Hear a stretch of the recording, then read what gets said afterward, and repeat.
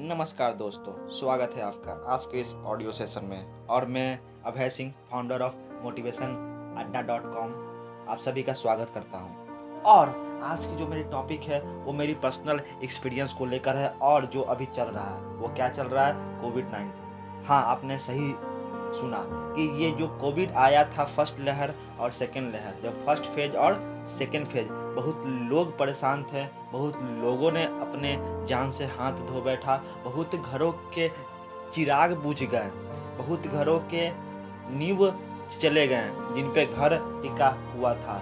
और उस अवधि में मैं भी बहुत परेशान रहा, क्योंकि मेरे घर में भी बहुत सारे लोग कोविड से पॉजिटिव हुए। मेरे को भी उस समय बहुत ज़्यादा स्ट्रगल करना पड़ा अपने फैमिली वालों को सेव करने के लिए। उसी स्ट्रगल, उसी एक्सपीरियंस को आप सभी के समक्ष में लेकर आया हूँ अपने ऑडियो सेशन में। तो सबसे पहले आप सभी से अनुरोध है, ये जो थर्ड लहर आ रहा है उसको हल्के में ना लें। आए चाहे नहीं है, बट आपको आदत डालना होगा इस कोरोना से बचने के लिए। सभी गाइडलाइन को फॉलो करना होगा, आपको फेस मास्क पहनना होगा। आपको कभी भी पब्लिक में जाएं तो आपको सारा चीज़ को फॉलो करना है। फेस मास्क लगाना है, बराबर आपको सैनिटाइजर यूज करना है और कोशिश करना है कि भीड़ में न जाए। तो दोस्तों, जो भी मैं बात बोलूँगा, आप सभी से तहे दिल से अनुरोध है कि आप मेरी बातों को कभी किसी भी पॉलिटिकल मुद्दा से न जोड़ें, क्योंकि आप किसी भी पार्टी को सपोर्ट करते हो या उसके समर्थक हो, मुझे उससे कोई लेना देना नहीं है। सच तो ये है, जैसे हम हैं खुद, वैसे हमें सिस्टम और एवं सरकार हमको मिलते आई है। और हम कितने दोषी हैं, हमने कभी अपने गिरबान में झांक कर देखा है? एक बार झांक कर देखिए। ये जो 700-800 के ऑक्सीमीटर आया करते थे, वो हम लोग 3000 में खरीदे हैं दोस्तों। ये और कोई नहीं, ये हम हैं। ये जो ऑक्सीजन की काला बाजारी कर रहे हैं, ये इंसान हैं और हमारे बीच में से हैं। ये जो रेमडेसिविर के इंजेक्शन, जो असल कीमत आपको पता है, लेकिन इसको 20,000, 40,000, 2-2 लाख तक लोग बेच रहे हैं। ये और कौन था? ये और कोई नहीं, ये हम हैं। ये हमारे बीच के रहने वाले इंसान हैं। इसलिए मैंने पहले भी कहा है कि कोरोना से, ब्लैक फंगस से, वाइट फंगस से, ग्रीन फंगस से कहीं ज़्यादा खतरनाक ये इंसान है। ये जो शमशान की लकड़ी में भी बेईमानी कर रहे हैं, ये भी हम हैं।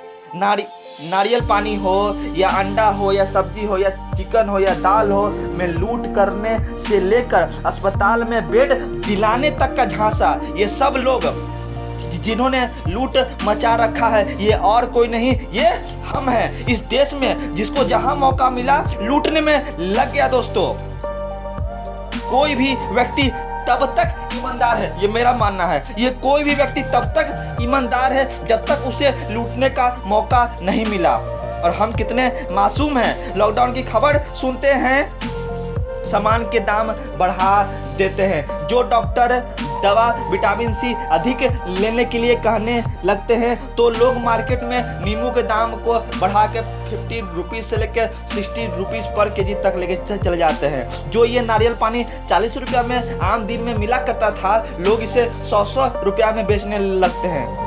ये आपको लग रहा हो कि मुझे इतना एक्सपीरियंस कहाँ से आया? सर, ये सारे चीज़ मेरे साथ बीता था, इसलिए मैं अपनी जुबानी आप सभी के समक्ष लेकर आया हूँ। और मैं बात बताऊँ, ये जो मरीज के लिए ऑक्सीजन की कमी सुनते हैं, वो काला बाजारी करने लगते हैं। जो दम तोड़ते मरीजों के दुर्दशा देखते हैं, रेमडेसिविर इंजेक्शन की काला बाजारी करना शुरू कर देते हैं। और कोई तो ऐसा है जो अपना ईमान बेचकर इंजेक्शन में पैरासीटामोल मिलाकर बेचने लगता है। वाह रे वाह। जो ये डेड बॉडी लाने के नाम पर एक शहर से दूसरे शहर, जो मुश्किल से मात्र 50 किलोमीटर होता है, उसे में भी 35 से 50 हज़ार मांगने लगते हैं। ये भी मेरे साथ बीता है।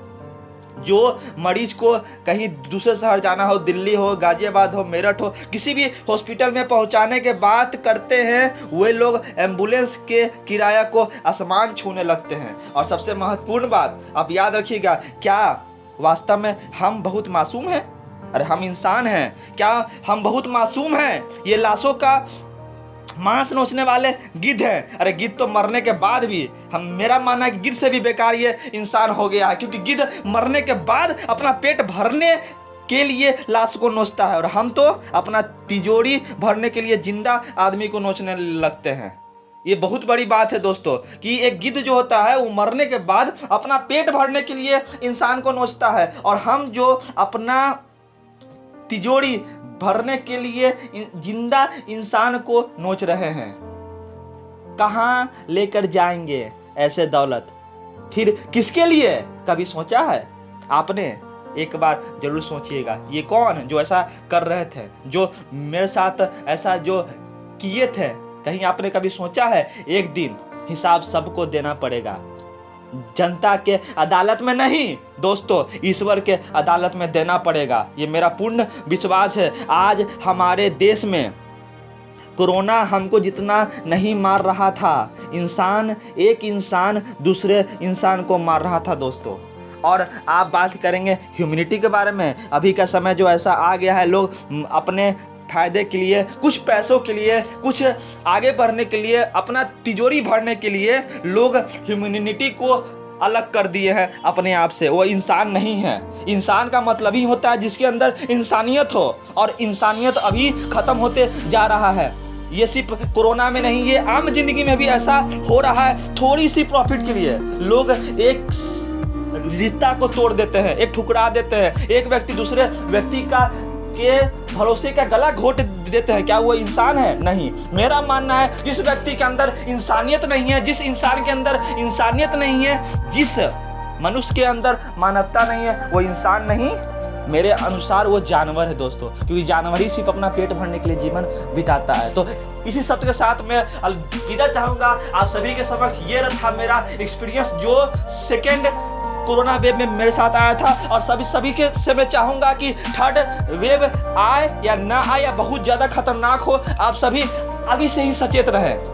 और मेरा पूर्ण विश्वास है जो सचेत रहेगा वो आगे बढ़ेगा। और आपको अपने इम्यूनिटी पे काम करना है दोस्तों। जैसे कि आपको डेली एक्सरसाइज करना है। कहा गया फिट रहेगा इंडिया तभी बढ़ेगा इंडिया। और लास्ट सेंटेंस इसी शब्द को फिनिश करने के पहले कि कहा गया है कि वक्त की बात है, कभी आंसू कभी पसीना अपने साथ है। अभी आप अगर पसीना नहीं बहाएंगे, अभी आप अपने लिए एक्सरसाइज नहीं करेंगे, तो जीवन में आपको आगे बढ़कर क्या करना होगा? आंसू बहाना होगा हॉस्पिटल्स में दोस्तों। तो मेरी बात गौर फरमाइएगा। और कहा गया अब जहाँ भी रहे, घर पे रहे, स्वस्थ रहे, अच्छे से रहे, दिल्ली रहे, गाजियाबाद रहे, मेरठ रहे, कहीं भी रहे, एक्सरसाइज करते रहे। और मेरी बात अगर अच्छी लगी हो, 1% भी आपको अच्छी लगी हो, तो शेयर करना ना भूलें, क्योंकि इसे मैंने अपने एक्सपीरियंस को आप सभी के समक्ष इसलिए रखा है कि आप को ऐसा अगर आपके साथ हो तो आप पहले से सचेत रहें। तो इसी सब के साथ पूर्ण विराम लेना चाहूँगा। और अगर जो व्यक्ति मुझसे संपर्क करना भी चाहते हैं कि मेरे विचार कैसे लगे, मेरा एक्सपीरियंस आपको कुछ ज्ञान दिया कि नहीं दिया, तो मेरे ईमेल आईडी पे जरूर संपर्क करें। मेरा ईमेल आईडी है abhay.kumar074@gmail.com। धन्यवाद। फिर से मैं आप सभी से अलविदा चाहूँगा। मिलूँगा अगले ऑडियो में।